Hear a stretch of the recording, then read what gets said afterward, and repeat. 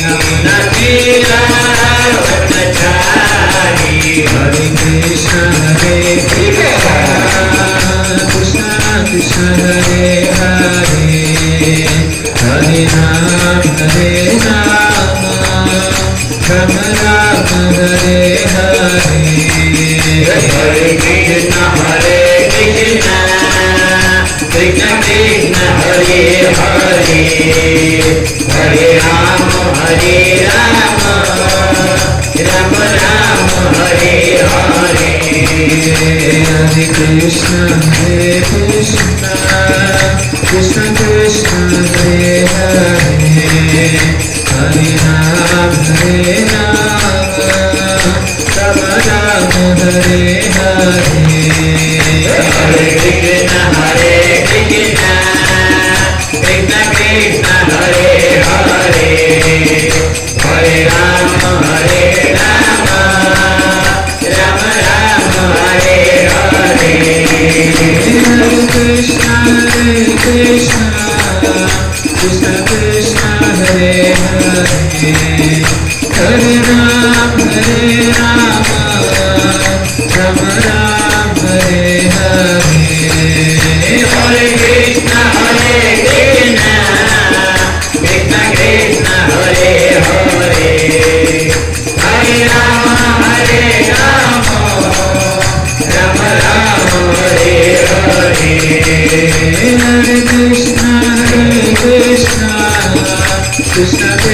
Hare Hare Hare Ram Ram Ram Hare Hare Hare Krishna Krishna Krishna Hare Hare Hare Ram Ram Ram Hare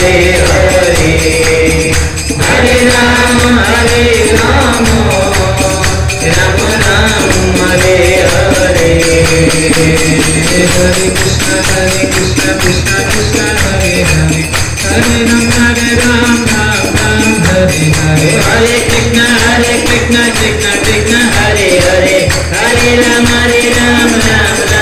Hare Hare Hare Krishna Krishna Krishna Hare Hare Hare Ram Ram Hare Hare Hare Krishna Krishna Krishna Hare Hare Hare Ram Ram Hare Hare Hare Krishna Krishna Hare Hare Hare Ram Hare Hare Hare Krishna Krishna Hare Hare Hare Ram Ram Hare Hare Hare Krishna Krishna Hare Hare Hare Ram Hare Hare Hare Krishna Krishna Hare Hare Hare Ram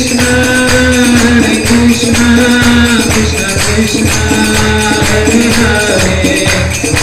Hare Hare Ram Hare Hare Krishna Krishna Hare Hare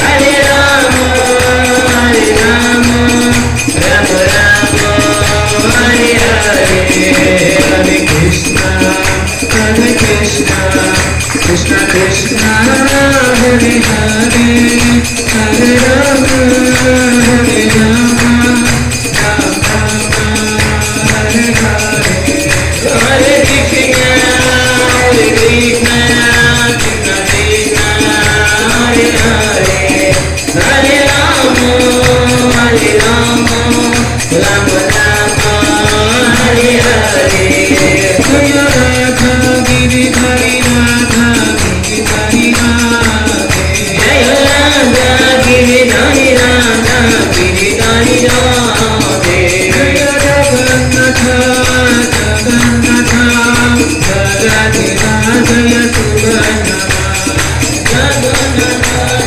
Jagannatha Baladeva Jaya Subharamaya Jaya Gauranikai Gauranikai Gauranikai Jaya Gauranikai Jaya Gauranitai Gauranitai Gauranitai Jaya Gauranitai Stay स्वदेशी भक्ति वेदांत स्वामी शिल प्रभुपाद महाराज की जय। भक्ति सिद्धांत सरस्वती गोस्वामी महाराज की जय। और किशोरदास बाबाजी महाराज की जय। भक्ति विनोद ठाकुर की जय। जगन्नाथ दास बाबाजी महाराज की जय। श्री रूप सनातन भट्ट रघुनाथ श्री जीव गोपाल भट्ट दास रघुनाथ सर गोस्वामी प्रभुगण की जय। नामाचार्य श्री हरिदास ठाकुर की जय। श्री श्री राधा गिरधारी भगवान की जय। जगन्नाथ बलदेव सुभद्रा महारानी की जय। गौर निताय की जय। निताय गौर प्रेमानंदे ओम नमो भगवते वासुदेवाय ओम नमो भगवते वासुदेवाय। ओम नमो भगवते वासुदेवाय।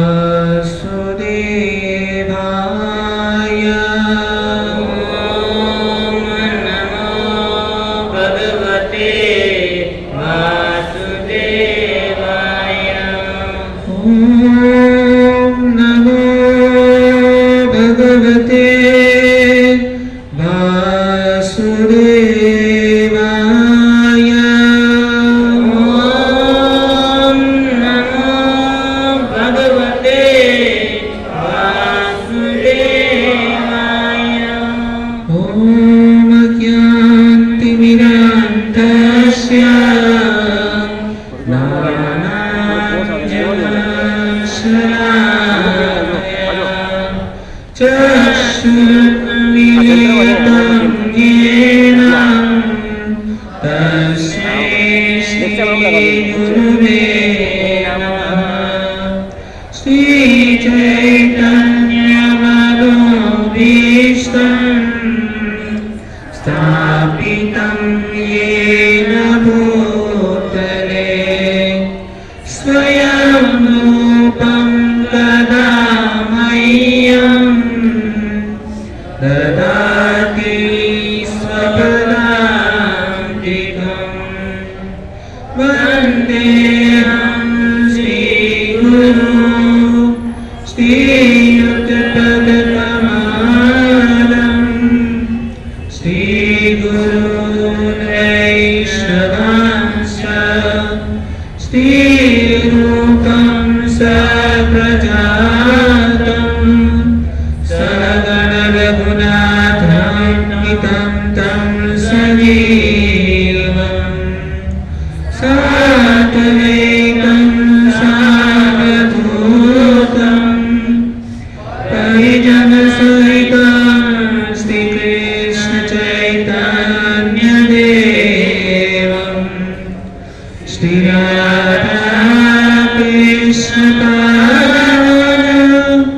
सगणललिता श्रीविशाखान्वितं च। हे कृष्ण करुणा सिन्धु दीनबन्धु जगत्पते गोपेश गोपिकान्त राधाकान्त नमोऽस्तुते। तप्तकाञ्चन गौराङ्गी राधे वृन्दावनेश्वरी वृषभानुसुते देवी प्रणमामि हरिप्रिये। वाञ्छाकल्पतरुभ्यश्च कृपासिन्धुभ्येव च पतितानां पावनेभ्यो वैष्णवेभ्यो नमो नमः। जय श्री कृष्ण चैतन्य प्रभु नित्यानंद श्री अद्वैत गदाधर श्रीवासादि गौर भक्तवृंद।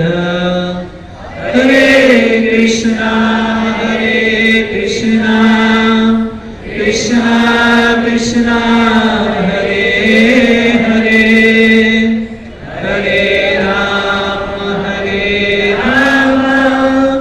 राम राम हरे हरे हरे कृष्णा कृष्णा कृष्णा हरे हरे हरे राम राम राम हरे हरे हरे कृष्णा कृष्णा कृष्णा हरे हरे हरे राम राम राम हरे हरे कृष्णाय वासुदेवाय देवकी नन्दनाय च नन्दगोपकुमाराय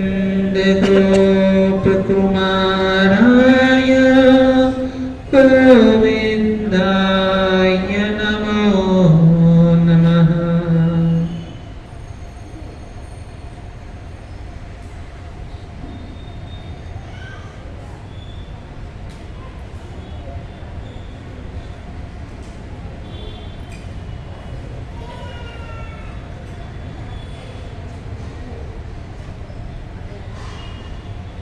हरे कृष्णा। यहाँ पर उपस्थित आप सभी भक्तजनों का अंतर्राष्ट्रीय कृष्ण भावनामृत संघ की ओर से हार्दिक स्वागत है।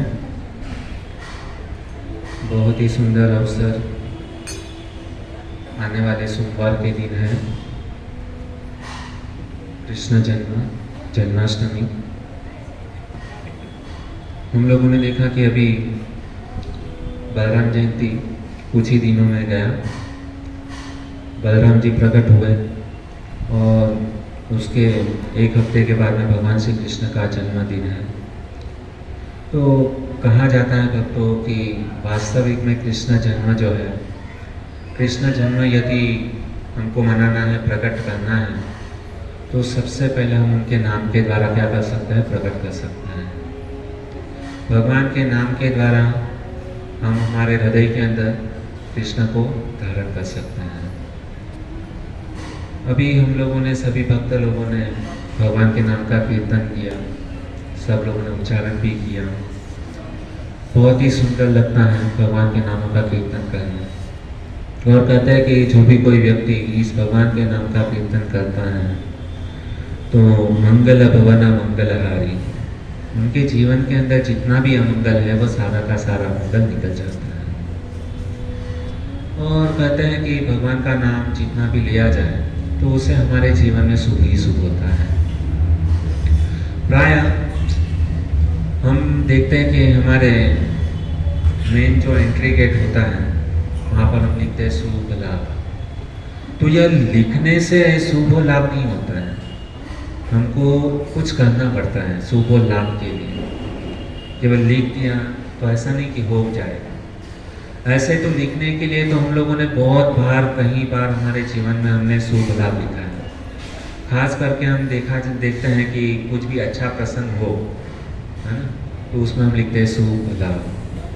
जब भी खास करके विवाह किसी का किया जाता है तो उसमें हम शुभ लाभ ही लिखते हैं। लेकिन लिखने से हुआ, यहाँ पे बहुत सारे लोग हैं जिसका विवाह हो गया, लेकिन कितने के जीवन के अंदर लाभ हुआ है, कितने के जीवन में सुख हुआ है, परिणाम उन सब लोगों के सामने है। तो लिखने से नहीं होता, तो उसके लिए कुछ करना पड़ता है। तो हम देखते हैं कि जब भी विवाह जो होता है ना, तो अग्नि के साक्षी में होता है। अग्नि के साक्षी में हम क्या करते हैं, विवाह करते हैं। लेकिन वह अग्नि का साक्षात्कार कभी पता चलता है, विवाह के बाद में, है ना। जब भी विवाह होता है तभी उस दिन तो मतलब जिसका विवाह है उसकी बहुत वाह होती है, केवल एक दिन के लिए। हम लोगों ने देखा है कि व्यक्ति के जीवन में एक ही दिन ऐसा होता है दूल्हे का, कि जब भी उसका विवाह होता है तभी लोग उसको पूछते हैं, उसकी वाह वाह करते हैं, उसको पानी का ग्लास भर के देते हैं, शाबाशी देते हैं। बहुत उनका मतलब क्या होता है, राजा की तरह क्या होता है, उसका सम्मान होता है। एक ही दिन जीवन में उस व्यक्ति को राजा बनने का अवसर मिलता है। तो वाह वाह होती है शादी के समय, लेकिन जैसे ही विवाह हो गया उसके बाद में हाय हाय हाय ओ ओ ओ, है ना। जैसे मैंने बोला ना, अग्नि का साक्षात्कार वह कभी पता चलता है, शादी के बाद में। तो कहते हैं कि पहले दिल दे दिया, पहले क्या किया हमने, दिल दिया। शादी के बाद में क्या होता है, बिल देना पड़ता है। शादी के समय हमने दिल दिया, लेकिन शादी के बाद में क्या है, बिल भरो, बिल देना पड़ता है।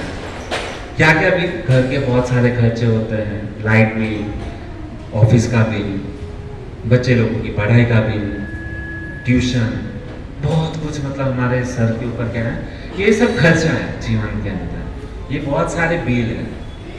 और वास्तविक में विवाह करने के बाद में कोई सुखी नहीं हुआ है। जब तक हम हमारे जीवन में कृष्ण को सेंटर में नहीं रखेंगे, कृष्ण को साथ में नहीं रखेंगे, तब तक हमारे जीवन में सुख नहीं आने वाला है। शादी के बाद हाय हाय ही होने वाला है। क्योंकि क्या है, परिवार बढ़ते जा रहा है, माता पिता है, बच्चे लोग हैं, पत्नी है, तो उनका सब खर्चा निकालने के लिए पैसा चाहिए। ऑलरेडी सैलरी कम है, कैसे जीवन ये करे। तो पूरा जीवन जो पैसे कमाने के चक्कर में हम लोगों क्या है, गवा देते हैं। समय ही नहीं मिलता भजन करने के लिए, कथा का सुनने के लिए, क्या करे। जीवन में इतने सारे तकलीफ हैं, तो उस तकलीफ से यदि बचना है, ये थोड़ा आवाज पे हो रहा है, तो इस मतलब इससे हमको बचना है, तो हमको भागवत की शरण ग्रहण करनी होगी। तो बहुत ही सुंदर भागवत के अंदर आया है, कृष्ण भक्ति रस स्वरूप, कृष्ण भक्ति रस स्वरूप श्री भागवत, ताते वेद शास्त्रे होइते परम महात्मा। वृंदावन दास ठाकुर बहुत ही सुंदर उन्होंने भागवत का ग्रंथ लिखा। कहते हैं कि यदि हमको कृष्ण भक्ति रस स्वरूप यदि उनका आस्वादन करना है, तो श्रीमद् भागवत के माध्यम से कृष्ण के रस स्वरूप का हम क्या कर सकते हैं, रसास्वादन कर सकते हैं। कैसे रसास्वादन कर सकते हैं, तो बहुत ही सुंदर कहते हैं, चार वेद दधि भागवत नवनीता,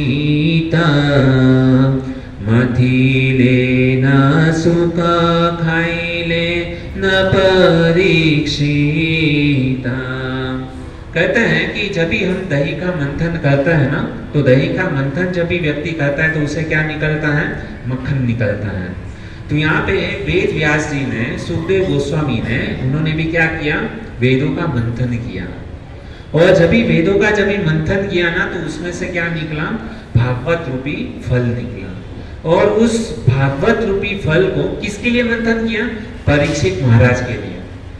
वो परीक्षित जो गंगा नदी के तट पर हरिद्वार में क्या है, मरणासन, मतलब उनके 7 ही दिन उनके जीवन में बचे हैं और 7 दिन के बाद में उनकी मृत्यु होने वाली है। उस समय क्या किया, सुखदेव गोस्वामी ने मंथन किया।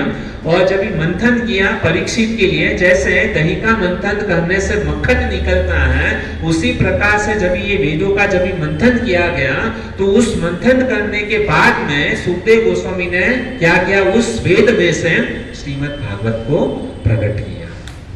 किसके सामने, परीक्षित महाराज के सामने।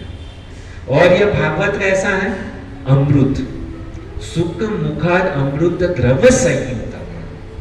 ये भागवत कैसा है कि जिस प्रकार से पका हुआ फल रहता है, हम लोगों ने वृक्ष देखा है, तो वृक्ष के अंदर यदि सुख यानी तोता, यदि सुख यदि किसी फल को चोंच मार दे, यदि सुख तोता किसी फल को चोंच मार दे, तो वह फल जो है ना क्या होता है, मीठा। उस वृक्ष के अंदर जितने भी फल लगे हुए हैं, सबसे मीठा फल कौन सा होगा? कि जिस फल को तोते ने चोंच मारा है, वह फल क्या होता है? मीठा होता है। तो उसी प्रकार से ये जो श्रीमद् भागवत रूपी है जो फल जो है ना, उसको किसने चखा है? सुखदेव गोस्वामी ने। यदि प्रश्न पूछा जाए कि ये सुखदेव गोस्वामी कौन है, क्यों हम मतलब उनके द्वारा दिया गया जो ग्रंथ है उनको पढ़े सुने, उसके अंदर ऐसी कौन सी चीज है कि जो हमको ये भागवत में मतलब रस प्रदान करती? क्या है ये सुखदेव गोस्वामी कौन है? तो भागवतम में आया है, पुराणों के अंदर कथा इस प्रकार से है कि यह जो सुख जो है ना, वो कोई सामान्य व्यक्ति नहीं है। वह सुखदेव गोस्वामी कौन है? तो कहते हैं कि वह सुखदेव गोस्वामी जो है ना, वह साक्षात श्रीमती वृषभानु नंदिनी, श्रीमती राधा रानी जो है ना, उनके लेफ्ट हैंड, मतलब कहा गया कि उनके वाम भाग, उनका जो कर कमल जो है ना, वहां पर उनका स्थान है। किसका? सुखदेव गोस्वामी का। श्रीमती राधा रानी के लेफ्ट हैंड के ऊपर क्या है? विराजमान है कौन? सुख यानी तोता। मैसेंजर का काम करता है। कौन सा मैसेंजर? राधा रानी का जो मैसेज जो है ना, वो कृष्ण को, किसको देता है? कृष्ण को। और कृष्ण का जो मैसेज जो है ना, वह किसको देता है? राधा रानी को। यह काम कौन करता है? सुख, तोता। और उसी सुखदेव गोस्वामी ने हमको क्या दिया है? यह श्रीमद् भागवत, जो कल्प वृक्ष के समान है। यदि कोई भी व्यक्ति इस कथा अमृत का रसपान कर दे ना, तो वो मृत्यु से बच सकता है। तो ऐसा सुखदेव गोस्वामी के द्वारा ये जो दिया गया है, ये जो भागवत जो है ना, बहुत ही महत्वपूर्ण है, खास करके हम जैसे भक्तों के लिए। भक्त का केवल दो ही कार्य रहता है। क्या कार्य रहता है? तो सबसे पहले भक्त लोग जब भी आपस में मिलते हैं ना, तो वो क्या करते हैं? भगवत अर्चा, और दूसरा है भगवत चर्चा। दो ही कार्य करेंगे। यहाँ तो भगवान की अर्चना करेंगे, अर्चना यानी भगवान को दीप दिखाना, है ना, भगवान की आरती करना, और दूसरा है कि भगवत चर्चा। भगवत चर्चा यानी जैसे हम इस सत्संग कार्यक्रम के अंदर बैठे हुए हैं और हम क्या कर रहे हैं? कथा सुन रहे हैं, भगवत की चर्चा कर रहे हैं। तो यह दो जो कार्य जो है ना, बहुत ही महत्वपूर्ण है भक्त लोगों के लिए। तो कहते हैं कि दुनिया के अंदर, संसार के अंदर बहुत सारे नजराने हैं। नजराने यानी देने के लिए बहुत सारे उपहार है, गिफ्ट है। लेकिन सबसे बड़ा नजराना यदि कोई इस संसार के अंदर है, तो वह नजराना कौन सा है? तो चंद्रमौली शंकर शिव जी बहुत ही सुंदर कहते हैं कि भगवान के भक्तों का संग और उनके मुख से कीर्तन और कथा, यदि ये दो चीज यदि किसी को मिल जाए, तो इससे बड़ा उपहार, इससे बड़ा नजराना इस दुनिया के अंदर कोई नहीं है। इसकी तुलना किसी के साथ भी हो ही नहीं सकती। कौन सी दो चीज? भक्तों का संग, पहली चीज, और दूसरा चीज मैंने क्या बताया कि भक्तों के मुखारविंद से निकला हुआ कीर्तन और उनके मुख से, शुद्ध वैष्णव के मुख से निकली हुई कथा यदि हमको मिल जाए, तो इससे बड़ा उपहार कुछ हो ही नहीं सकता। इसके लिए भगवान कहते हैं, भगवान जिससे अपना मानते हैं ना, यदि समझो भगवान गिरधारी ने हमको यदि अपना समझ लिया ना, तो ऐसे ही लोगों, जिन लोगों को गिरधारी ने, कृष्ण ने अपना समझा है, तो उस व्यक्ति को भगवान क्या प्रदान करते हैं? भगवान की कथा, उनको सत्संग प्रदान करते हैं। यह जो हमको सत्संग मिला है ना, तो हमारे लिए ये दुर्लभ है। क्यों दुर्लभ कहा गया है? क्योंकि यह जो दुर्लभ अवसर जो है ना, सबके बस की बात नहीं है। जिसको भगवान ने सिलेक्ट किया है ना, जिसको भगवान ने सिलेक्ट किया है, वही व्यक्ति ऐसे सत्संग में आ सकता है, बाकी कोई भी व्यक्ति यहाँ पर नहीं आ सकता। तो सोचो हम कितने भाग्यशाली हैं, क्योंकि हमको किसने सिलेक्ट किया है? अखिल ब्रह्मांड के नायक जो कृष्ण जो है ना, श्रीमती राधा रानी जो है ना, उसने हमको क्या किया? सिलेक्शन किया। यहाँ पे भी वोटिंग होता है ना, जो हम लोग मतदान करते हैं, है ना, तभी वो क्या है? कोई नेता राज सिंहासन के ऊपर बैठता है। सिलेक्ट होने के बाद में वो इलेक्ट होता है। लेकिन यहाँ पर हमारा सिलेक्शन किसने किया है? साक्षात भगवान ने किया है। इसके लिए हमको ये सत्संग जो है ना, हमको प्राप्त हुआ है। तो हमें अपने आप को कम समझना नहीं चाहिए। कुछ लोग बोलते हैं कि दुनिया के अंदर जिसके पास धन है, गाड़ी है, बंगला है, यह सब कुछ जिसके पास में है वो व्यक्ति सुखी है। उस व्यक्ति को हम बहुत बड़ा मानते हैं। हम हमारे छोटे से दिमाग के अंदर हम लोगों ने फिट कर लिया कि जिसके पास गाड़ी है, बंगला है, वो बहुत सुखी है, धनी है। ऐसा सुख किसी के पास नहीं, गलत। यह हम हमारे सामान्य बुद्धि से देखते हैं। लेकिन यदि भागवत की दृष्टि से यदि देखा जाए तो सुखी व्यक्ति कौन है कि जिसको भगवान सिलेक्ट करते हैं और भगवान जिसको अपना मानते हैं उसी व्यक्ति को सत्संग प्रदान करते हैं। तो हम क्या है, वास्तविक में सुखी व्यक्ति कौन है? हम लोग हैं।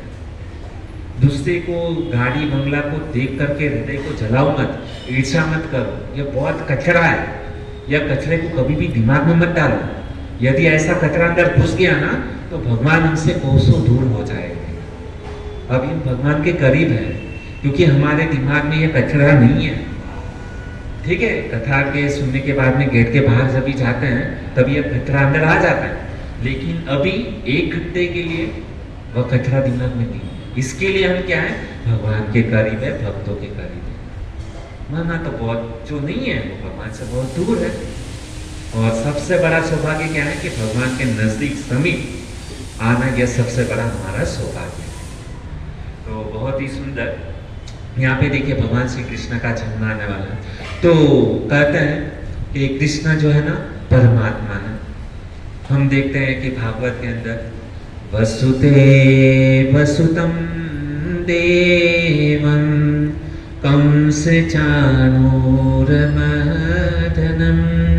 देवकी परमानंदम कृष्णं वंदे जगद्गुरु। हम क्या है, कृष्ण को जगत गुरु मानते हैं। हमारा भाव क्या है, कृष्ण क्या है, पूरे जगत के क्या है, पालन है। हम कृष्ण के आश्रय में हैं। कृष्णं वंदे जगत गुरु, हमारे लिए कृष्ण परमात्मा है, बराबर। लेकिन यह जो भाव जो है ना वो द्वारका का भाव है, ऐश्वर्य भाव कि कृष्ण हमारे पालक है, हमारी रक्षा करते हैं, परमात्मा है, शंख चक्र गदा पद्म धारण करके प्रकट हुए हैं। यह हमारा भाव है, द्वारका का भाव है। लेकिन गोकुलवासियों का, ब्रजवासियों का क्या भाव है? उनके लिए कृष्ण परमात्मा नहीं है, उनके लिए कृष्ण आश्रय नहीं है। लेकिन ब्रज वृंदावन धाम के अंदर, गोकुल के अंदर, वृंदावन के अंदर कृष्ण क्या है, गोपियों के आश्रय में। यहाँ पर क्या है, हम उनके आश्रय में है ना। कृष्ण हमारे मतलब आश्रय है, लेकिन कृष्ण के आश्रय कौन है? गोपियां है। कृष्ण किसके आश्रय में? गोपियों के आश्रय में, गोपियों के संरक्षण है।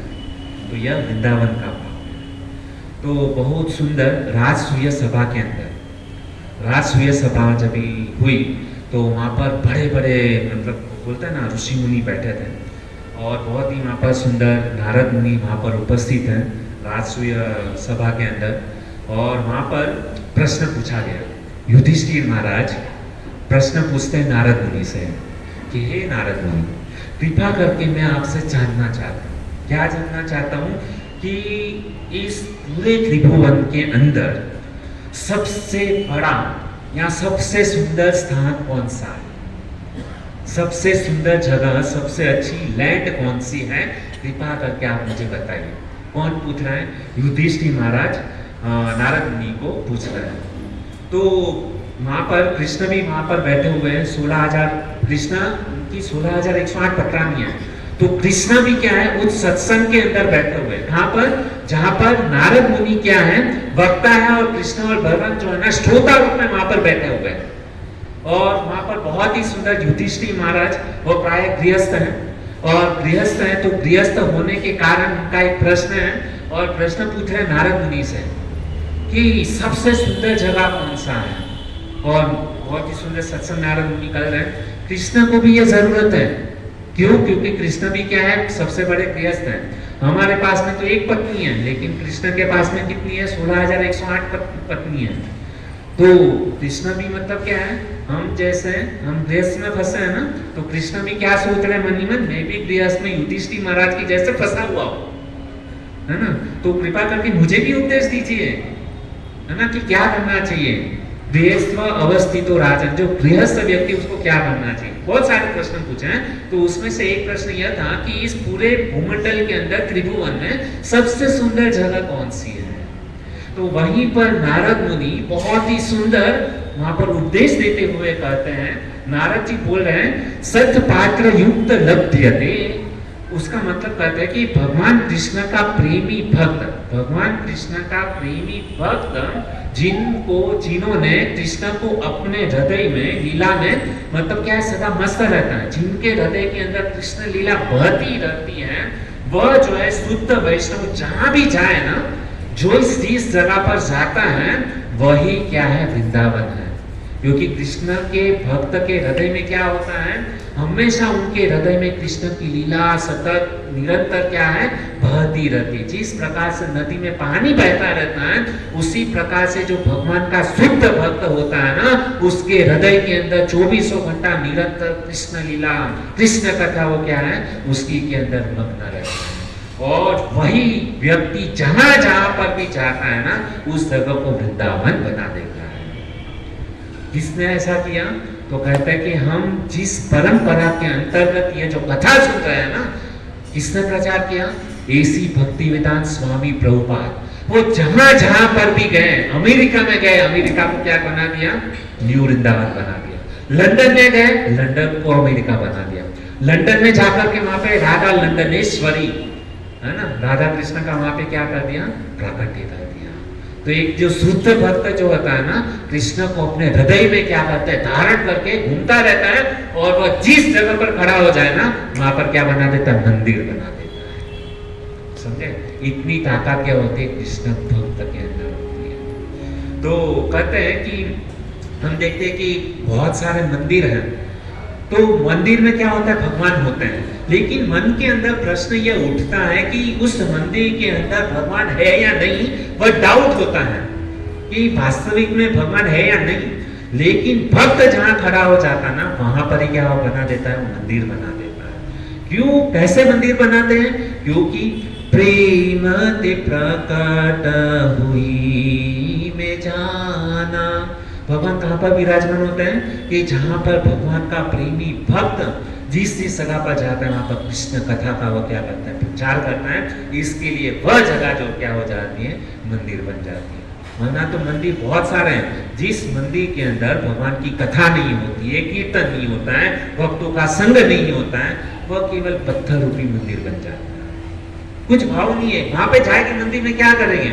जहां पर जो व्यक्ति भगवान, वहां पे केवल मंदिर में जाकर हम भगवान को पत्थर के रूप में देखेंगे, क्योंकि हमने क्या है वास्तविक में कथा सुनी नहीं है। कृष्ण कौन है, भगवान क्या है, यदि हमको पता नहीं है तो केवल हम पत्थर की मूर्ति ही मानेंगे ना।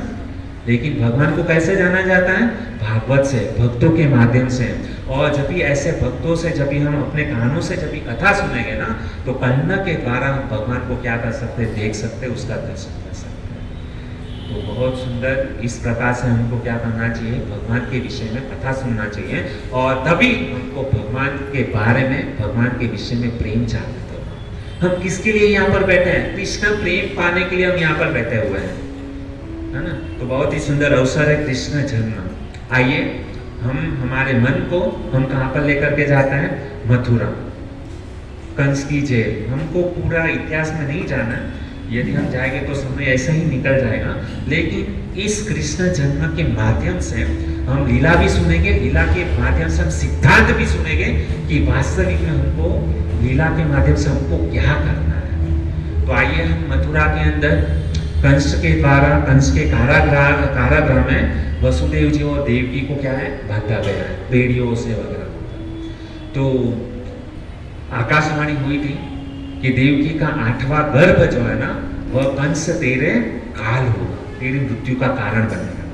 तो इतना सुंदर क्या है बताया है। अभी कंस को पता चला जैसे ही, तो उन्होंने देवकी और वसुदेव जी को, हालांकि उनकी खुद की कंस की बहन थी देवकी जो, लेकिन उसको क्या किया? जेल के अंदर बंद कर दिया, क्योंकि उसका 8वां बच्चा जो है ना, वो उसके मृत्यु का कारण बनने वाला है। तो कंस ने वसुदेव और देवकी के सामने 6 पुत्रों की क्या कर दी? हत्या कर दी। देखिए, हम ये जो कृष्ण के माता पिता जो है ना, हम देखते हैं हमारे जीवन में कभी दुख आता है ना, तो हम भगवान को कितना मतलब ये करते डांटते हैं कि आपने हमको इतना दुख दिया, इतना दुख दिया, क्यों दिया? भगवान के साथ में झगड़ा कर लेते हैं। लेकिन सोचिए, भगवान के अखिल ब्रह्मांड के नायक जो कृष्ण है, उनके माता पिता की दशा देखो। कंस ने उसको जेल के अंदर बंद कर दिया। जिसके गर्भ से भगवान आने वाले, उनकी कथा सुनो कि उनके जीवन में कितना दुख आया है। हमारे जीवन में छोटा मोटा दुख आ जाए तो हम परेशान हो जाते हैं, लेकिन भगवान के माता पिता, उनके सामने है ना 6 पुत्रों की हत्या हुई है। वह माता पिता के हृदय के अंदर क्या बीती होती। हमारे सामने हमारा बच्चा यदि थोड़ा सा बीमार हो जाए ना, तो हम कितने परेशान हो जाते हैं, हॉस्पिटल लेकर जाते हैं, कितने लोगों को फोन करते हैं, क्या क्या नहीं करते हैं हमारे बच्चे को बीमारी से दूर करने के लिए। लेकिन यहाँ पर क्या हुआ है, उनके ही सामने एक नहीं, दो नहीं, 6 पुत्रों की क्या किया है, वह भी उसके भाई ने उनके सामने क्या की, दीवार के ऊपर पटक पटक करके क्या कर दिया। बच्चा, एक छोटा सा बच्चा अभी ताजा जन्मा हुआ है, कितना मतलब दुख होता हो, और माता पिता के सामने हम देख नहीं सकते दृश्य। बांग्लादेश में अभी जो हुआ, वो अभी हम लोग ने लाइव नहीं देखा, केवल मतलब हमने वीडियो देखा है। तो वो सुनने के बाद में हमारे रोंगटे खड़े हो जाते हैं। कितना दुख होता है हृदय के अंदर, इतना परेशान करते, इतना दर्द होता है। यहाँ पे क्या कर रहे हैं, और वो भी कौन से युग की बात है, द्वापर, है ना, द्वापर युग की बात है। द्वापर युग में यह घटना घटी है, कलयुग की घटना नहीं है। उस समय इतना क्रूर, वो भी देवकी का भाई, और मार दिया, 6 लोगों को मार दिया। अभी हुआ क्या कि 7वां बच्चा जो है ना, वह कौन है? देखिए, हमारे जीवन के अंदर ये 6 कौन है वास्तविक में? इससे हमको सीखने को मिलता है कि भगवान का यदि हमारे हृदय के अंदर प्राकट्य करना है ना, तो सबसे पहले हमारे हृदय के अंदर अनर्थ है। कौन से अनर्थ है? ये जो 6 बच्चे हैं ना, वो कौन है? हमारे अनर्थ है।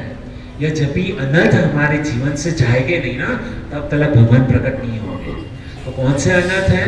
काम, क्रोध, लोभ, मोह, मद, मात्सर्य। ये जब भी तलक ये 6 असुर हमारे हृदय से जाएंगे नहीं, तब तलक हमको गुरु नहीं मिलेंगे। हमने बलराम जयंती मनाया ना, अभी बलराम जयंती सोमवार को था, बलराम जयंती मनाया। तो वास्तविक में बलराम जी क्या है? बलराम जी गुरु तत्व है। जब भी ये 6 अनर्थ हमारे हृदय से बाहर निकलेंगे, तभी हमको गुरु की प्राप्ति होगी। बलराम जी हमारे हृदय के अंदर प्रकट हो गए। गुरु, जब तक गुरु नहीं मिलेंगे, तब तक कृष्ण हमको जीवन में कभी नहीं मिलेंगे। तो सबसे पहले ये 6 असुर जो है ना, उसको हमको क्या करना पड़ेगा? भगाना पड़ेगा। काम, क्रोध, लोभ, मोह, मद, मात्सर्य। उसके बाद में यह जो 7वां जो गर्भ था, वह किसमें है? देवकी के गर्भ में, बलराम के रूप में। और जब भी इस प्रकार से बलराम देवकी के गर्भ में जब भी बलराम जी आए, तो भगवान कृष्ण ने योग माया को बुलाया, और योग माया को कहा कि यह जो 7वां पुत्र जो है ना, तुम देवकी के गर्भ से कहां पर? रोहिणी के गर्भ में स्थानांतर करो, है ना।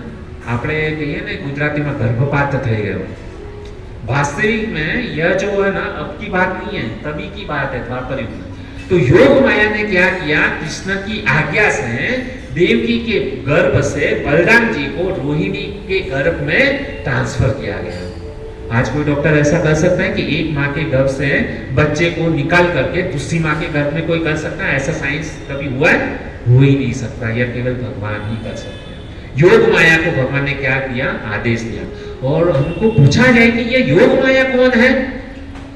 योग माया को भगवान ने क्यों किया? और भगवान की शक्ति है योग माया। तो योग माया मतलब क्या है? जैसे हम यहाँ पर काली माता है, काली की पूजा करते हैं, अम्बे माता की पूजा करते हैं, हमारे कुलदेवी होती है, खुड़िया माता होती है। तो यह सारी जो देवियां जो है ना, उसको क्या कहा गया है? योग माया। हम देखते हैं कि प्राय इस संसार के अंदर भगवान कृष्ण से भी ज्यादा पूजा किसकी होती है? देवियों की पूजा होती है। क्यों? क्योंकि देवियां जो होती है ना, हमारी सारी मनोकामना क्या करती है? पूर्ण करती है। इसके लिए हम क्या करते हैं? व्रत करते हैं, उपवास करते हैं। शुक्रवार संतोषी माता का, है ना, अलग अलग मतलब व्रत करते हैं। तो ये व्रत इसके लिए, तो भगवान श्री कृष्ण ने योग माया को वरदान दिया। क्या वरदान दिया? कि यदि तुम ये सातवें गर्भ को देवकी के गर्भ से स्थानांतरित करके यदि रोहिणी के गर्भ में स्थानांतरित करोगे तो मैं तुम्हें वरदान देता हूं कि इस संसार के अंदर, ब्रह्मांड के अंदर मेरे से भी ज्यादा पूजा किसकी होगी? तेरी। इसके लिए हम देखते हैं कि संसार के अंदर सब लोग किसकी पूजा ज्यादा करते हैं? कृष्ण से भी ज्यादा किसको मानते हैं?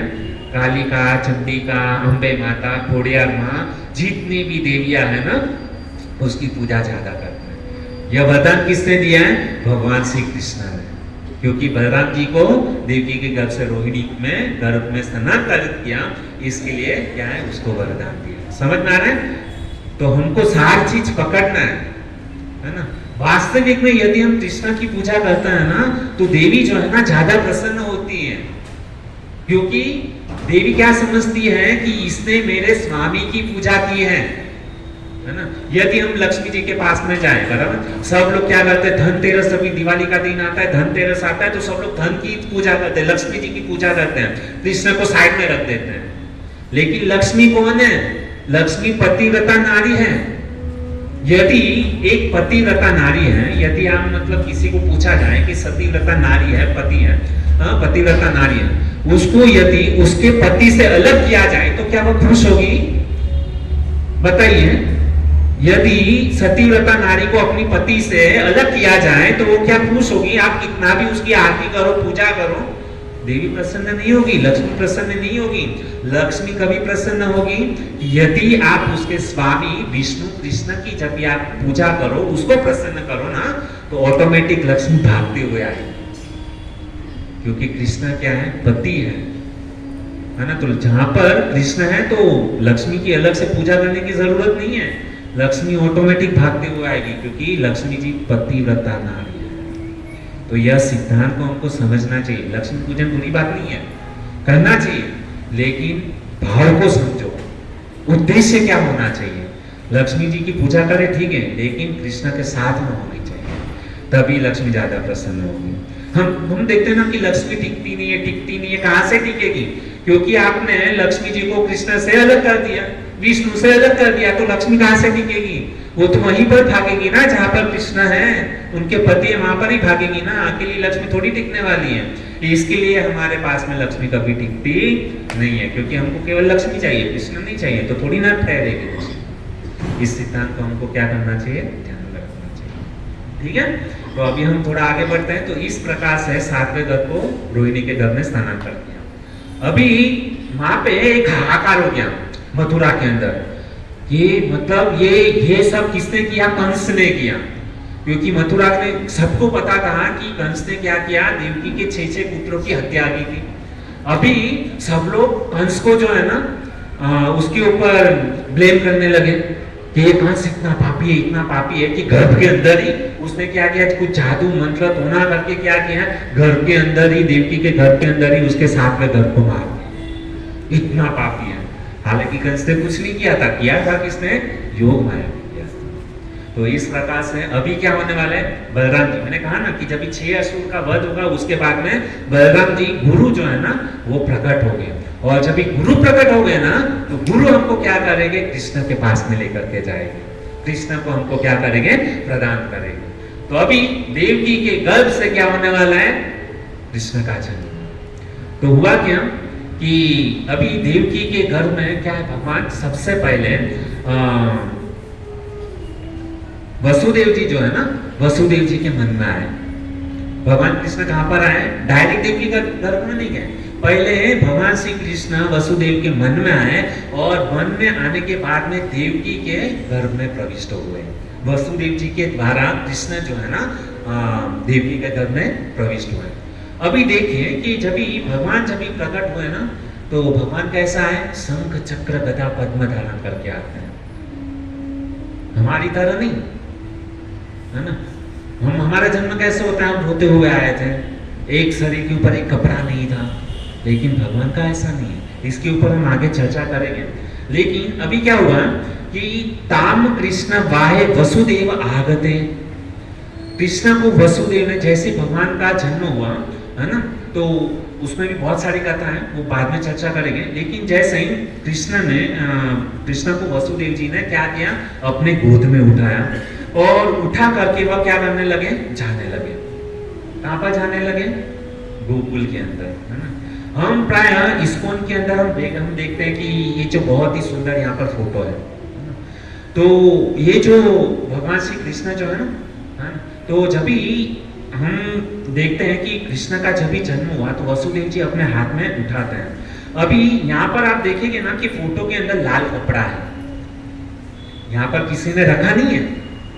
देवकी और वसुदेव जी जब भी कारागृह के अंदर थे, लेकिन वहां पर तभी कुछ भी नहीं था। लेकिन जब भी भगवान प्रकट हुए ना तो ऑटोमेटिक वहां पर क्या हो गया, ये सारी व्यवस्था हो गई। वहां पर सुंदर सा एक छोटा सा लाल कपड़ा वहां पर था और वसुदेव जी ने क्या किया, वो लाल कपड़े के साथ में कृष्ण को अपने गोद में उठा लिया।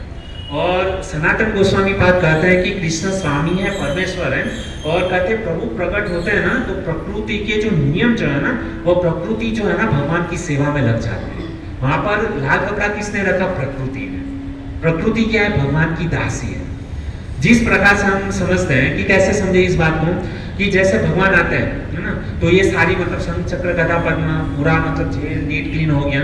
तो वो कहते हैं कि जब भी समझो इस देश का प्रधानमंत्री जब भी रास्ते पर निकलने वाला है तो क्या होता है, सारे साफ सफाई करते हैं, नौकर लोग वगैरह क्या करते हैं, साफ सफाई करते हैं, रास्ते के ऊपर अत्तर छाटते हैं, बहुत सारे ये मतलब करते हैं ताकि नेता को अच्छा लगे। एक समय की बात है कि जब भी इंदिरा गांधी जब भी प्रधानमंत्री बनी थी ना, तो गुजरात में वो आने वाली थी, अहमदाबाद में। तो हुआ क्या कि इंदिरा गांधी आने वाली थी तो सारे मतलब रास्ते की साफ सफाई की, अत्तर छाटा गया। लेकिन वहां पर अहमदाबाद के अंदर जितने भी भिखारी लोग थे ना, सबको भिखारी लोगों को क्या किया, एक ट्रक के अंदर भर दिया गया और उसको राजकोट में किसी मतलब गांव के अंदर उसको भगा दिया। क्यों? क्योंकि इंडिया की प्राइम मिनिस्टर इंदिरा गांधी आने वाली है ना। तो मतलब एक सोचिए कि साधारण सा कोई प्राइम मिनिस्टर जब भी आता है तो मतलब यहाँ के लोग इतनी व्यवस्था करते हैं, तो भगवान जब भी आते हैं तो भगवान जब भी आते हैं ना तो प्रकृति क्या करती है, उसके लिए व्यवस्था करती है। और जैसे मतलब सेवा कैसे की कि वहां पे कंस के कारागृह के अंदर क्या किया, वहां पे लाल कपड़ा आ गया। और हम देखते हैं कि जब भी भगवान जब भी योग माया के द्वारा मतलब क्या हुआ कि भगवान जब भी प्रकट हुए तो लाल वहां पे कपड़ा था, उसको लिया। हम देखते हैं कि नरसिंह मेहता का हम भजन गाते हैं ना, तो भक्तों का अलग अलग भाव है। तो नरसिंह मेहता का जब भी हम भजन गाते हैं तो कहते हैं ना, वसुदेव टोपलामा बेसीने चालिया, है ना। कृष्ण को उसका मतलब क्या है कि वसुदेव जी ने कृष्ण को क्या किया है, टोपले मतलब टोपले में उठा करके क्या कर रहे हैं, कृष्ण को लेकर के जा रहे हैं। और यहाँ पे हमारे आचार्य क्या करते हैं कि कृष्ण को कैसे उठाया था, हमारी गोद में। यदि आप इस्कॉन के अंदर जाएंगे ना तो फोटो देखेंगे ना तो कृष्ण को टोपले में नहीं लेके गए थे। कहाँ पर लेके गए थे, वही अखिल ब्रह्मांड के नायक जो कृष्ण जो है ना, उसको क्या किया था, वसुदेव जी ने अपने खंभे पर अपने छाती से अपने दिल से लगाया हुआ था। अलग अलग आचार्य का भाव है। नरसिंह मेहता भी जो बोले वो भी सही है। तो आप कहेंगे कि इसमें से कौन सी बात सत्य है, वसुदेव जी टोपले में लेकर के गए थे या मतलब अपनी गोद में या छाती से लगा करके लेकर के गए थे। तो यहाँ पर भक्तों दोनों बात सही है। कैसे दोनों बात सही है, क्योंकि भगवान जब भी अवतरित होते हैं ना तो भगवान क्या करते हैं, एक जगह पे नहीं, अलग अलग कल्पों के भगवान के रूप से करोड़ों करोड़ों ब्रह्मांड निकलते हैं। तो हर एक ब्रह्मांड के अंदर भगवान क्या करते हैं, अलग अलग लीला करते हैं। तो समझो इस ब्रह्मांड में भगवान ने क्या किया था, वसुदेव जी ने कृष्ण को अपने छाती से लगाया था। दूसरे ब्रह्मांड के अंदर कृष्ण प्रकट हुए थे तो वहां पर क्या किया था, वसुदेव जी ने कृष्ण को टोपले में उठा करके लेके गए थे। तो भगवान के भक्त जो होते हैं ना, नरसिंह मेहता यानी बहुत सारे आचार्य जो है ना, उनके अंदर भगवान की लीला चलती रहती है। तो भक्तों का जैसा भाव होता है ना, उस भाव से भगवान क्या करते हैं, लीला करते हैं। समझ में आ रहा है? तो इस प्रकार से मतलब हमको क्या करना चाहिए, समझना चाहिए। हाँ, अभी हुआ क्या कि भगवान कृष्ण की लीला अनंत है, उसका साक्षात्कार भी मतलब अलग अलग भक्तों को होता रहता है। अभी भागवत के अंदर आए, स्वयं व्यर्तन्ते यथा तो मोरवे, कहते सुखदेव वासुदेव गोस्वामी एक उदाहरण देते हैं कि जैसे अत्रि, व्यास, गौतम, परशुराम सारे ऋषि क्या कर रहे, इस कथा को सुन रहे हैं। तो स्वयं अपने आप व्यर्तनम, अदृश्य हो जाना।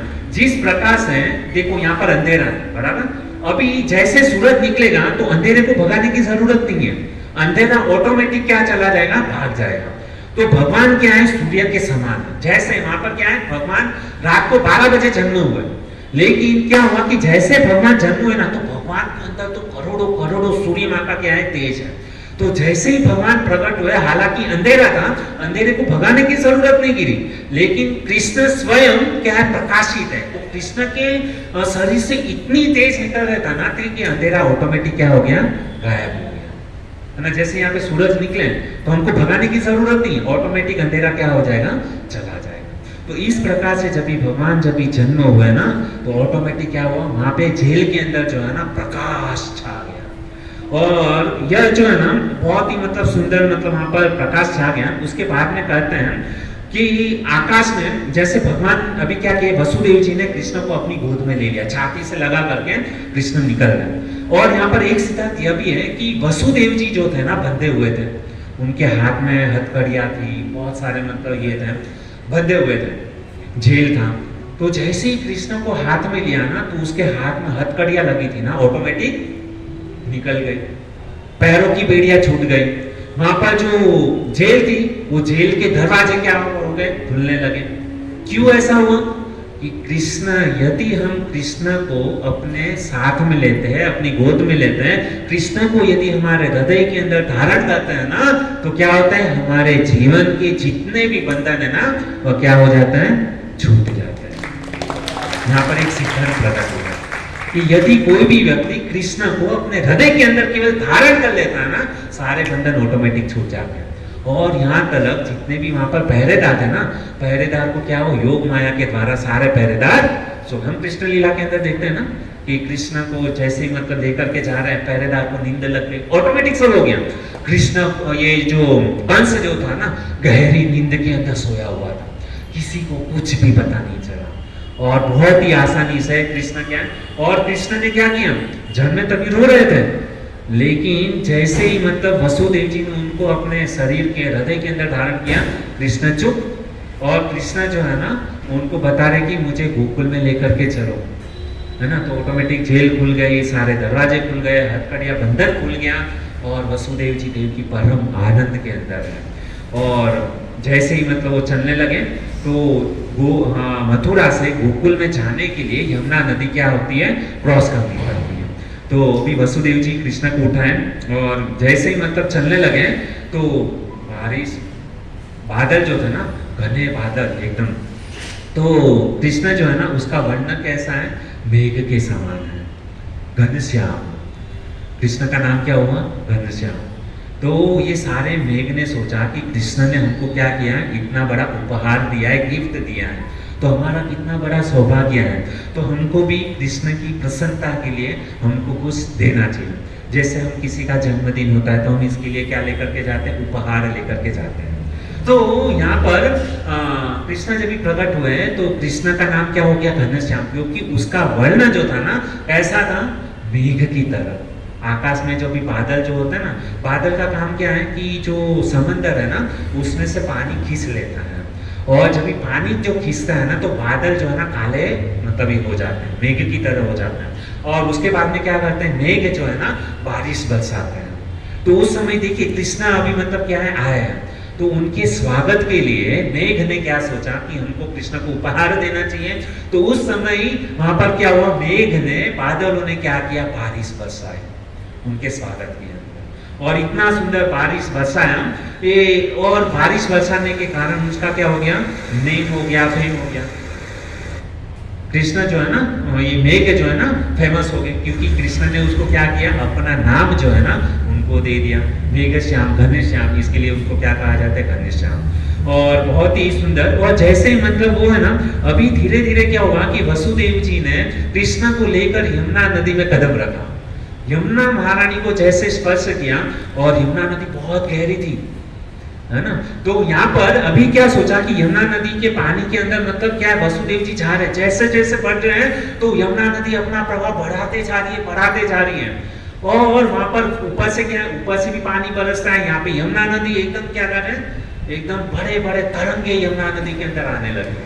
अभी हुआ क्या कि उस समय वहां पर शेषनाग जी जो है ना, उसने सोचा कि मैं क्यों मतलब इससे वंचित हो जाऊं। अभी शेषनाग जो कौन है, कृष्ण के भाई है बलराम जी का अवतार है शेषनाग। और वो जो शेषनाग जो क्या करते हैं, शेषनाग के ऊपर भगवान विष्णु, गर्भोदकशाही विष्णु, आपने यदि देखा होगा कि कृष्ण किसके ऊपर सोते हैं, अनंत शेष के ऊपर सोते हैं। देखा है विष्णु का फोटो, भाई बहुत सारी मतलब अनंत शेष हैं और बहुत सारी उनके फ्रेंड हैं, और उसमें क्या करते हैं, भगवान विष्णु सोते हैं, शंख चक्र गदा पद्म है, और उनके चरणों की सेवा कौन कर रही है, लक्ष्मी जी कर रही है।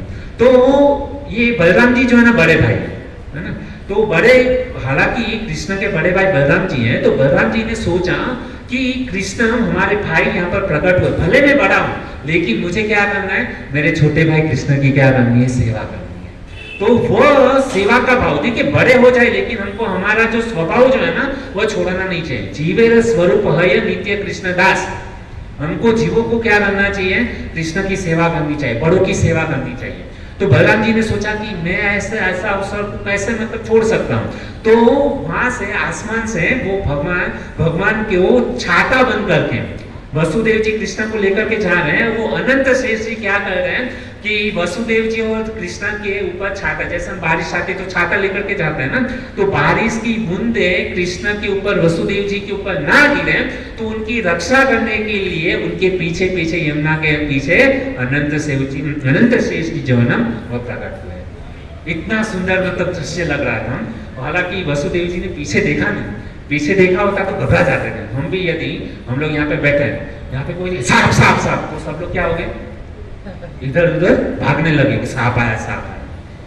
तो हमारे गुरु जी जो है ना राधा गोविंद गोस्वामी बहुत ही सुंदर एक बात बताते हैं, ध्यान से सुनिएगा, समय बहुत कम है और कृष्ण जन्म की मतलब नंद गिरा आनंद भयो, देखते हैं समय कितना है। तो हुआ क्या कि हमारे गुरुदेव जी बहुत ही सुंदर बोलते हैं, ये जो अनंत शेष की बात याद आई है ना, तो आजकल बहुत सारे लोग ऐसे हैं कि जो अपने आप को भगवान समझते हैं ना। हर एक आज तो मतलब बोलते हैं ना कि हर एक राज्य के अंदर, हर एक स्टेट के अंदर कोई ना कोई एक नया भगवान पैदा हो जाता है, जो अपने आप को बोलता है कि मैं भगवान हूँ, मैं कल्कि का ये रूप हूँ।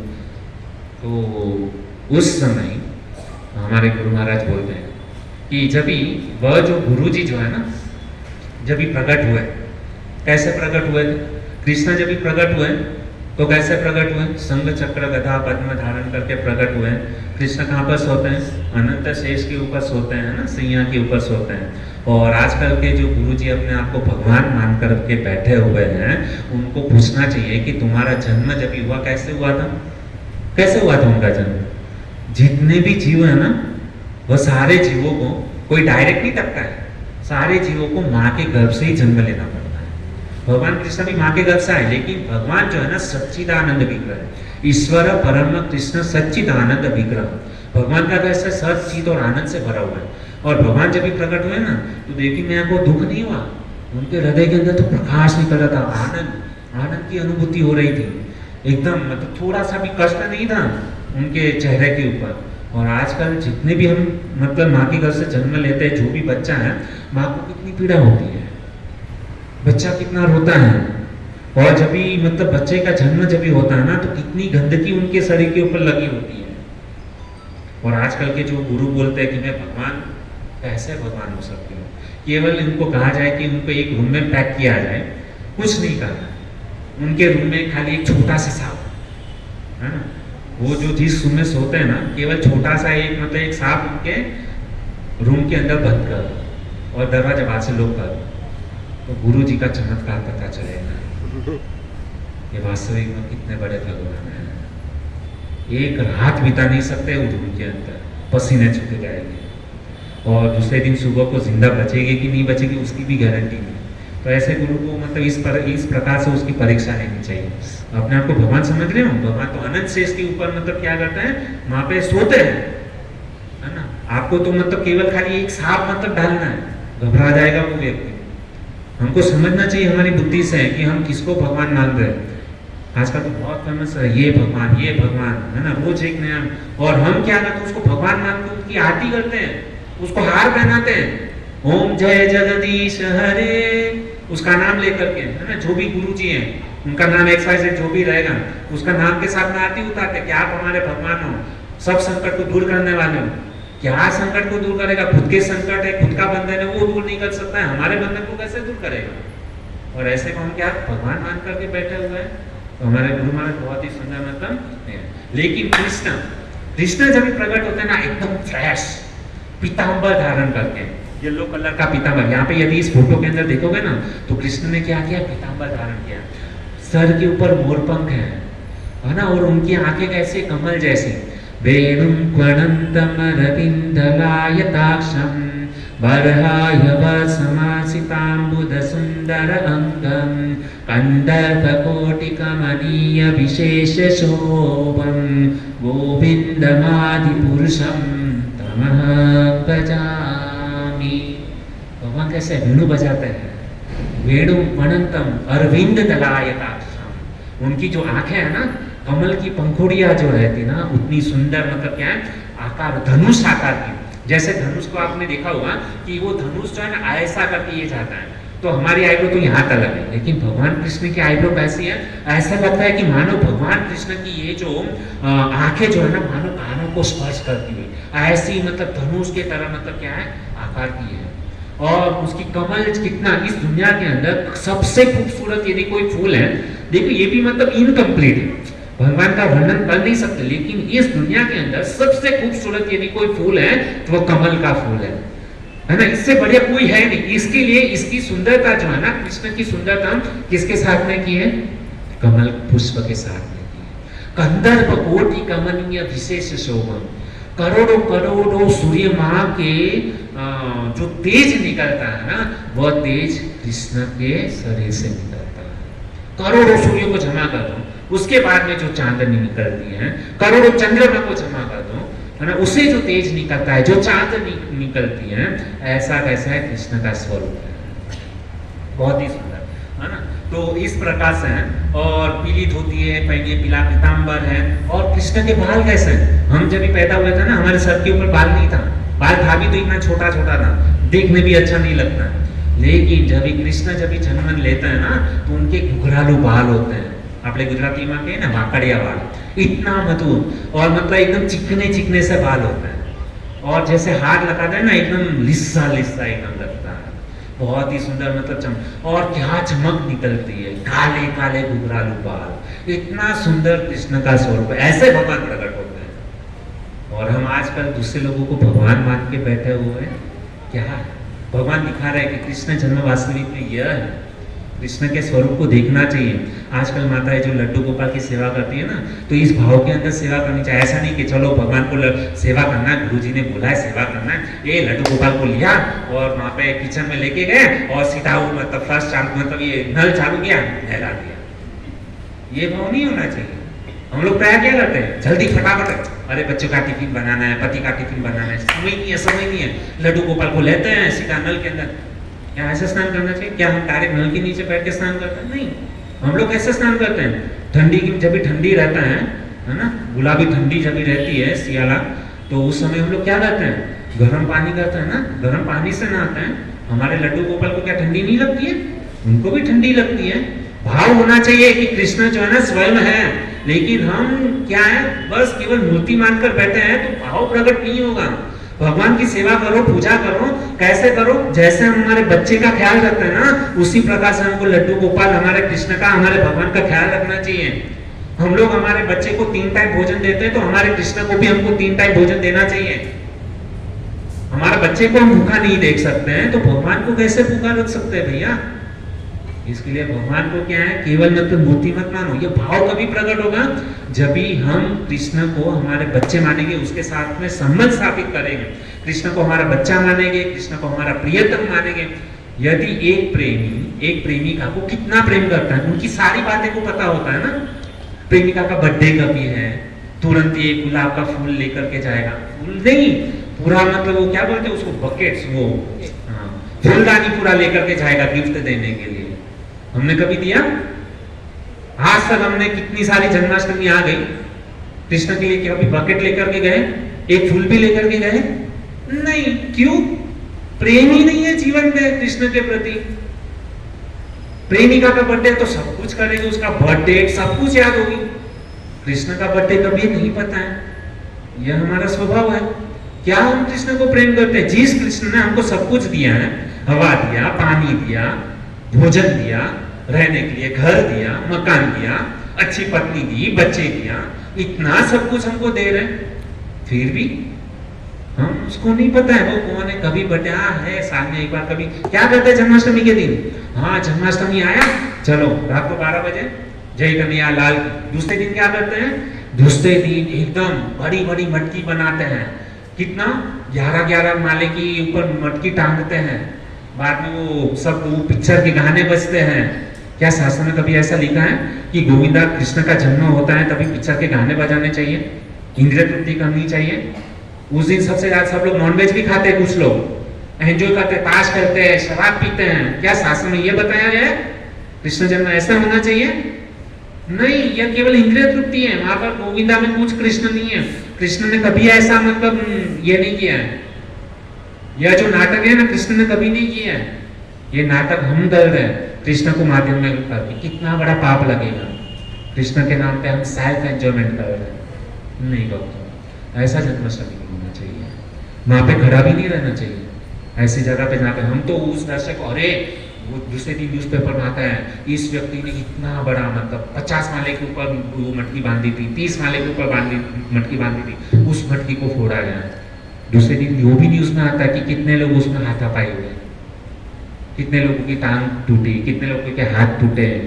और आजकल तो लेडीज लोगों को मतलब वो करते हैं, लेडीज फर्स्ट, लेडीज लोग मटकी फोड़ते हैं। क्या ये शास्त्र में किया गया है क्या? नहीं ना, शास्त्र में कभी कृष्ण नहीं बोला। वेद व्यास जी कौन सा शास्त्र है खोल लीजिए, एक भी शास्त्र पुराण के अंदर ऐसा नहीं लिखा गया कि इस प्रकार से नाटक ड्रामाबाजी करना चाहिए। बस कुछ लोग हैं जो कृष्ण को बदनाम करना चाहते हैं, बस चल रहा है। एक जन कुएं में गिर रहा है, उसके पीछे सब लोग कुएं में गिर रहे हैं। एक जन पागल है तो सब लोग अपने आप को पागल समझ रहे हैं। नहीं, बुद्धिमान है ना, बुद्धिमान को समझना चाहिए कि हमें क्या करना है, किस प्रकार से कृष्ण की सेवा करनी चाहिए। ये कृष्ण जन्म है। कृष्ण जन्म के बारे में यदि जानना है, शास्त्र पढ़ो, इतना सुंदर है। भगवान के रूप का वर्णन है, इतना सुंदर है। भगवान के मंदिर में जाकर के कृष्ण को देखना चाहिए। आओ हमारे इस्कॉन के अंदर इतनी सुंदर जन्माष्टमी मनाते हैं, सुंदर कीर्तन होना चाहिए, कथा होना चाहिए। मैंने कहा ना, ये यदि शुद्ध भक्त के वैष्णव मुख से यदि कोई व्यक्ति कथा सुनता है, कीर्तन सुनता है, वह व्यक्ति, वो वैष्णव है ना, जहाँ जहाँ पर जाता है ना, वहाँ पर मंदिर बना देता है। मंदिर यानी नहीं कि बस मार्बल सुंदर ये है और बहुत बड़ा भव्य मंदिर है, झूमर लगे हैं, ऐसा मंदिर नहीं है। मंदिर किसको कहेंगे? कि जहाँ पर भक्त लोग आके भगवान की गुणानुवाद करते हैं, कीर्तन करते हैं, भगवान की कथा सुनते हैं, भागवत सुनते हैं, रामायण सुनते हैं, महाभारत सुनते हैं। यही वास्तविक में कृष्ण कथा है, कृष्ण जन्म है। लेकिन इस कृष्ण जन्म को छोड़कर उन्हें अपने हमारी इंद्रिय तृप्ति करने के लिए क्या क्या नशा कर दिया, और इनाम रखा जाता है, ट्रॉफी दिया जाता है। या क्या क्या क्रिकेट टूर्नामेंट का मैच है कि चलो इसने मतलब मटकी फोड़ी को इसको ये तोहफा दिया है। नहीं, क्या है वास्तविक में कृष्ण जन्म को समझना। तो बहुत ही सुंदर यहाँ पर कहा है कि भगवान कैसे हैं? शांताकारं भुजगशयनं पद्मनाभं सुरेशं विश्वाधारं गगनसदृशं मेघवर्णं शुभांगं लक्ष्मीकान्तं कमलनयनं योगीभिः ध्यानगम्यं वन्दे विष्णु भवभयं हरं सर्वलोके एकनाथं। इसे कहते हैं भगवान। भगवान कहाँ पर है? शेष सिंह के ऊपर जो विराजमान है। शांताकारं भुजगशयनं पद्मनाभं सुरेशं, समुद्र के अंदर गर्भोदकशाही विष्णु है ना, यहाँ पर विराजमान है, वह है कृष्ण। और बहुत ही कहते हैं कि ये जो शेषनाग जो है ना, छाता बन करके क्या कर रहे हैं? वसुदेव जी और कृष्ण की क्या है? रक्षा करते हैं। और बहुत ही सुंदर आगे जब भी जैसे बढ़ते हैं तो सुखदेव गोस्वामी आगे कहते हैं कि बादल बरस रहे हैं, गरज रहे हैं, तो उस समय यहाँ पे क्या है? यमुना जल। यमुना जी कौन है? सूर्य की पुत्री। सूर्य के दो पुत्र, एक पुत्र एक पुत्री। तो पुत्र कौन है? यमराज जी है ना। यमराज जी कौन है? नरक में जो जिसको पिटाई, जो पाप करते हैं ना, उसको लेकर के जाता है, वह क्या है? यमराज जी। और सबको दंड देता है। तो और उसकी ही मतलब ये जो क्षत्रिय है और उसके ही कुल में मतलब ये जो उनकी बहन है उसका नाम क्या है? यमुना। यमुना। यदि हमको यमराज के दर्शन नहीं करना है तो यमुना में क्या करना चाहिए? डुबकी लगानी चाहिए। जो व्यक्ति यमुना में डुबकी लगाता है उसको कभी भी यम के दर्शन नहीं हो। यमुना, जिसको यमराज के कभी दर्शन नहीं होंगे, तो हमको बचना है। तो यमुना महारानी बहुत ही कृपालु है। और कहते हैं कि भाव यह है कि जैसे ही भगवान श्री कृष्ण ने वसुदेव जी कृष्ण को लेकर के यमुना में पांव रखा ना, तो उस समय क्या हुआ?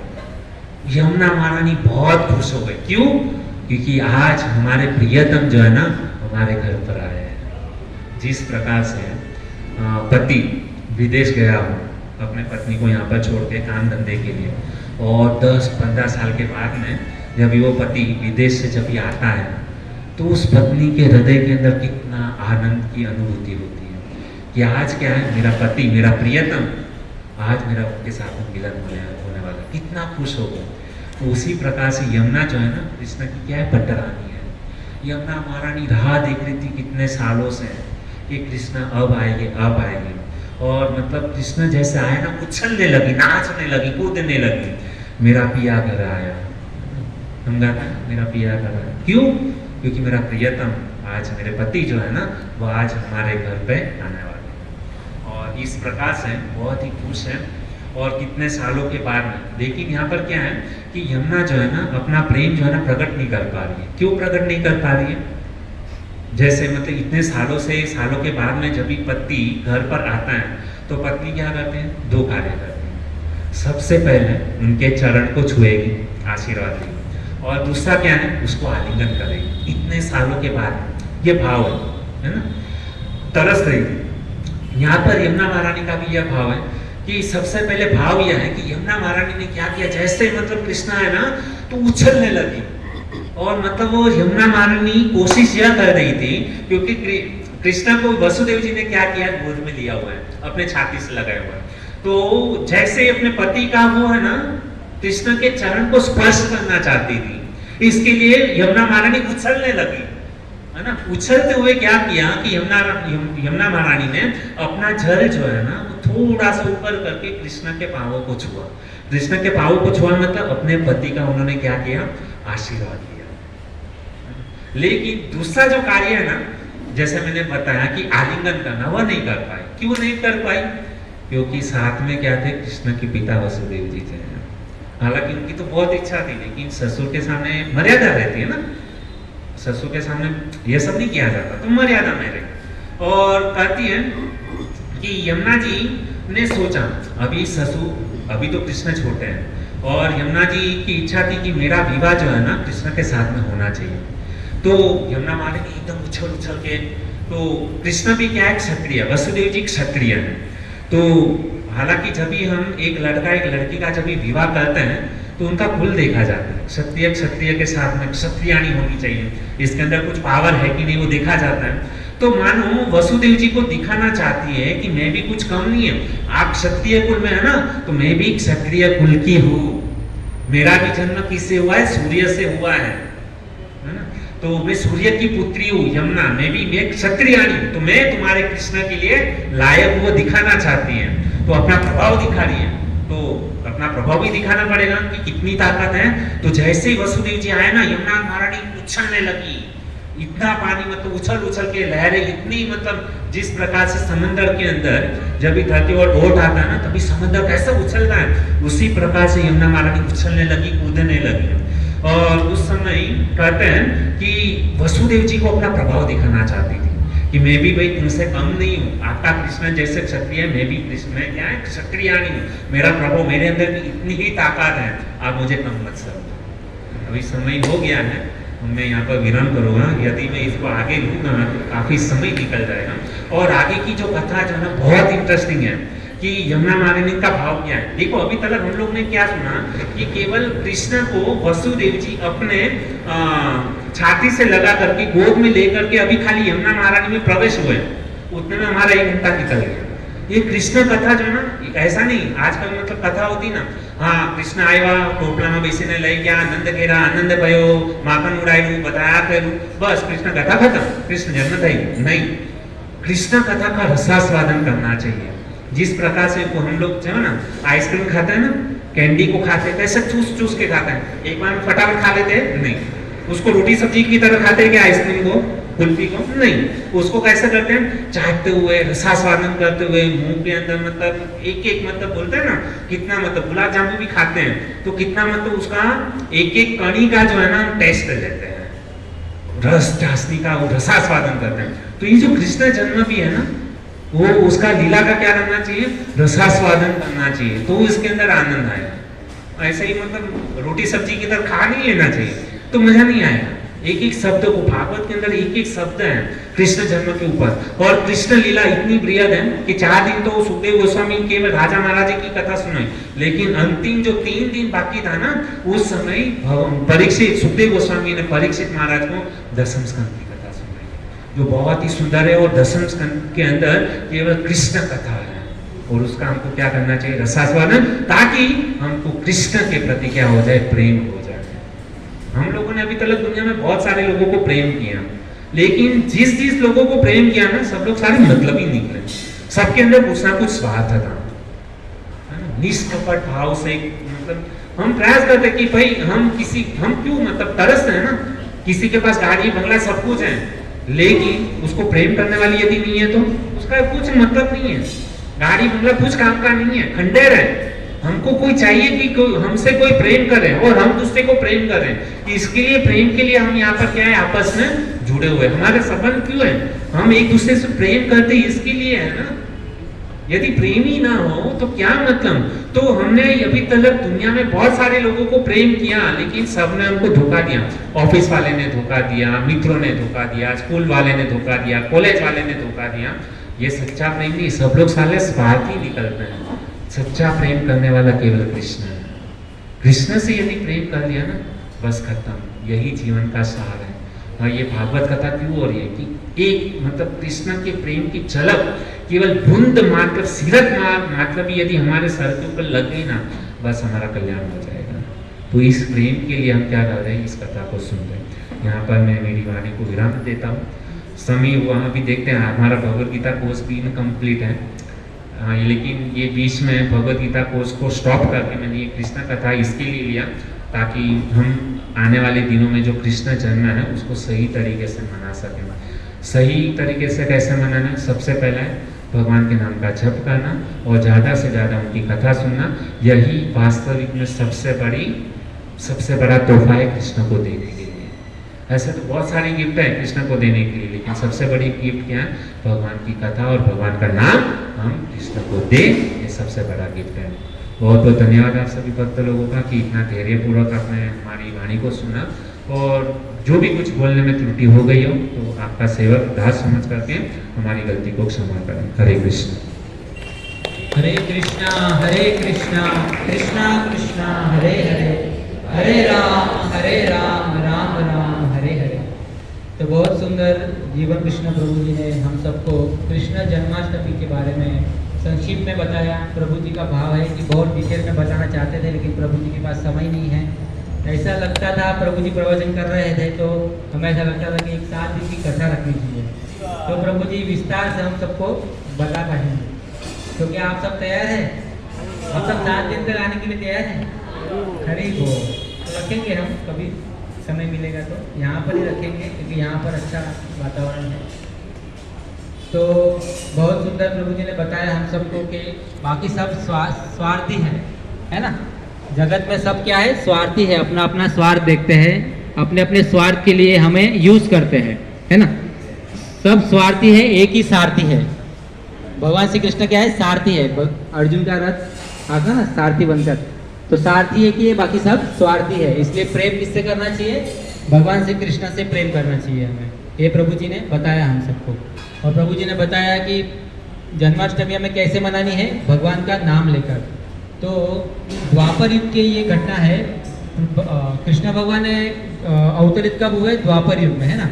तो द्वापर युग में भगवान अवतरित हुए, उसके बाद में भगवान ने बचपन से ही 6 दिन के थे तो पुतना का उद्धार किया, फिर अगासुर, बकासुर, कई असुरों का उद्धार किया, साथ साथ में बलराम जी ने भी कई असुरों का उद्धार किया, है ना।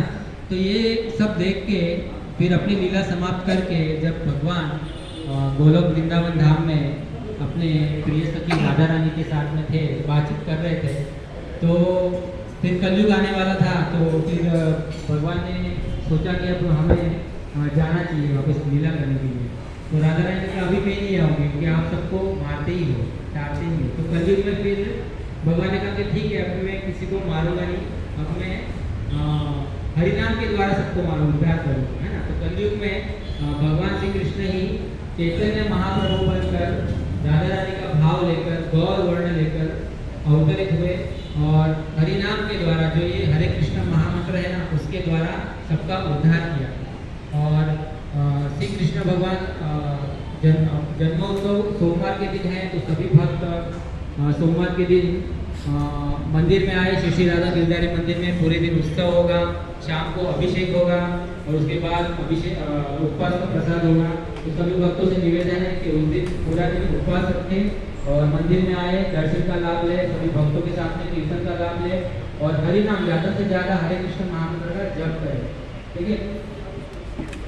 शास्त्र में कहा गया है कि एक बार भगवान श्री कृष्ण युधिष्ठिर महाराज को कहते हैं कि 20 करोड़ एकादशी व्रत का फल, 20 करोड़ एकादशी व्रत हम करते हैं ना, तो उसका जो फल होता है ना, तो फल को जमा करें कि एक भी कृष्ण जन्माष्टमी का उपवास कर लेते हैं ना, तो वो फल मिल जाता है।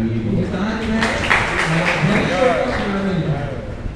और फिर वापिस धर्मराज युधिष्ठिर महाराज सावित्री से कहते हैं कि भारतवर्ष में रहने वाला जो भी प्राणी श्री कृष्ण जन्माष्टमी का व्रत करता है, वह 100 जन्मों के पापों से मुक्त हो जाता है। 100 जन्मों में जो भी हमने पाप किए हैं ना, उससे मुक्त हो जाता है एक जन्माष्टमी का उपवास करने से। सभी भक्तों को जन्माष्टमी का उपवास करना चाहिए। रात को 12 बजे के बाद जो भी फलाहार जो भी करना है करना चाहिए। और दूसरे दिन हमारे फाउंडर आचार्य श्री ऐसी भक्तिवेदांत स्वामी प्रभुपाद का आविर्भाव तिथि है, नंद उत्सव मनाया जाता है। तो उस दिन भी हमें 12 बजे तक उपवास रहना है। क्यों? क्योंकि हम आज जो एकत्रित बैठे हैं ना, गुजराती, मराठी, यूपी वाले, बंगाली, जो भी केरला वाले, जो भी या विदेशी, जो भी क्षेत्र के लोग को एकत्रित जिसने किया ना, वो किसने किया? ऐसी भक्तिवेदांत स्वामी श्री प्रभुपाद जी ने किया। आज हम सब देखते हैं कि एकत्र तो हमें संसद भवन में भी दिखाई देते हैं सब लोग, है ना, लेकिन वो किस लिए दिखाई देते हैं? एक दूसरे की निंदा करने के लिए, एक दूसरे से झगड़ा करने के लिए, है ना। देखते हैं ना हम समाज में, टीवी में देखते हैं, मोबाइल में भी देखते हैं। लेकिन ऐसी भक्तिवेदांत स्वामी ने क्रांति की है। क्रांति किसकी क्रांति? प्रेम की क्रांति। श्री कृष्ण भगवान को हृदय में स्थापित करके वो क्या किए? अपने गुरु महाराज की आज्ञा का पालन करने के लिए घर को छोड़ा, अपने पत्नी बच्चों को छोड़ा और क्या किया? विदेश जाकर इस्कॉन हरे कृष्णा मूवमेंट की स्थापना की और सभी जीवों को भगवान की नजदीक लाया। तो हमें उस दिन भी क्या करना चाहिए? उपवास करना चाहिए 12 बजे तक और मंदिर में आना चाहिए। श्री श्री राधा गिरधारी मंदिर हमारे पास में ही है। बस में खाली 5 रुपये लगता है। सभी भक्त लोग आइए। गवर्नमेंट ने बस का भाड़ा भी कम कर दिया है, 5 रुपये ही है। तो सभी भक्तों से निवेदन है कि आइए मंदिर में उस दिन 12 बजे के बाद, उपवास के बाद बहुत सुंदर महाप्रसाद भी होता है। और जो प्रभुपाद जी को जो कचौरी प्रिय है, वो कचौरी होती है, दाल राइस, स्वीट खीर होती है, पूरी होती है, कितना सारा प्रसाद होता है। तो आप सब भक्त लोग आइए, वहाँ पे हम सब साथ में मिलके कृष्ण जन्म उत्सव मनाएंगे और प्रभुपाद जी का जो आविर्भाव तिथि है वो भी मनाएंगे और साथ में मिलके महाप्रसाद लेंगे। और फिर उसी दिन प्रभुपाद जी का आविर्भाव है, उस दिन शाम को सुबह भी अभिषेक होता है सब भक्तों के द्वारा। और फिर जो जिन किसी भक्तों को अभिषेक करना है प्रभुपाद जी का, तो वो 3,500 रुपये ही उसकी राशि है। तो वो राधा गिरधारी मंदिर में शाम को 5-6 बजे होता है। तो वो कर सकते हैं, जिस किसी को लाभ लेना है तो कर सकते हैं। तो श्री प्रभुपाद जी की असीम कृपा प्राप्त होगी। और शाम को भी फिर ऐसे ही सुंदर महाप्रसाद का आयोजन होता है। तो देखिए श्री प्रभुपाद जी ने हम सबको कितना मतलब ये उत्साह प्रदान किया है। और हर दिन फेस्टिवल होता है, हर दिन क्या होता है? फेस्टिवल की तरह होता है। श्री प्रभुपाद की संस्था में जुड़ के हम क्या है? उत्साह में रहते हैं और हर दिन फेस्टिवल की तरह मनाते हैं। जैसे नरसिंह चतुर्दशी आती है, रामनवमी आती है, फिर कृष्ण जन्माष्टमी, श्री प्रभुपाद जी का आविर्भाव तिथि, उनके गुरु महाराज की आविर्भाव तिथि, होली, चैतन्य महाप्रभु का आविर्भाव तिथि, हर पूरा दिन पूरा साल हम क्या करते हैं, फेस्टिवल ही मनाते रहते हैं। वो किसकी कृपा से? ऐसी भक्तिवेदांत स्वामी श्री प्रभुपाद जी की कृपा से। तो हमें क्या करना चाहिए, इस 2 दिन हमें उपवास रखना चाहिए और ज़्यादा से ज़्यादा हरि नाम लेना चाहिए और अपने इस मनुष्य जीवन का उद्धार कर लेना चाहिए। क्योंकि आज हम लोग सब लोग देख ही रहे हैं ना, प्रभु जी ने कहा बांग्लादेश में कितना हो रहा है, हम सबको पता ही है। तो ऐसे भारत में भी आने वाले दिनों में अगर हो भी सकता है ना, ज़्यादा से ज़्यादा संख्या बढ़ गई तो उन लोगों की। तो हम लोगों को क्या करना चाहिए, ज़्यादा से ज़्यादा भगवान का भजन करके इस मनुष्य जन्म को सार्थक करके भगवान के धाम में चले जाना चाहिए, वापिस जन्म नहीं लेना चाहिए, है ना। ये सोचना नहीं चाहिए कि हम वापिस जन्म लेंगे, वापिस फिर भजन करेंगे, ये सोचना ही नहीं चाहिए। इसी जन्म में भगवान की प्राप्ति कर लेना चाहिए, ज़्यादा से ज़्यादा भजन करके भगवान का नाम लेके, ठीक है। तो प्रभु जी ने बहुत सुंदर हम सबको यहाँ पे हर बुधवार को हम सबको कृष्ण भगवान के बारे में लीला अलग अलग बताते हैं। तो आइए प्रभु जी का एक बार हृदय से हरे कृष्ण महामंत्र बोलकर अभिवादन करते हैं। हरे कृष्णा कृष्णा कृष्णा हरे हरे, हरे राम राम राम हरे हरे। और आज का जो सुंदर महाप्रसाद है वो गणेश भाई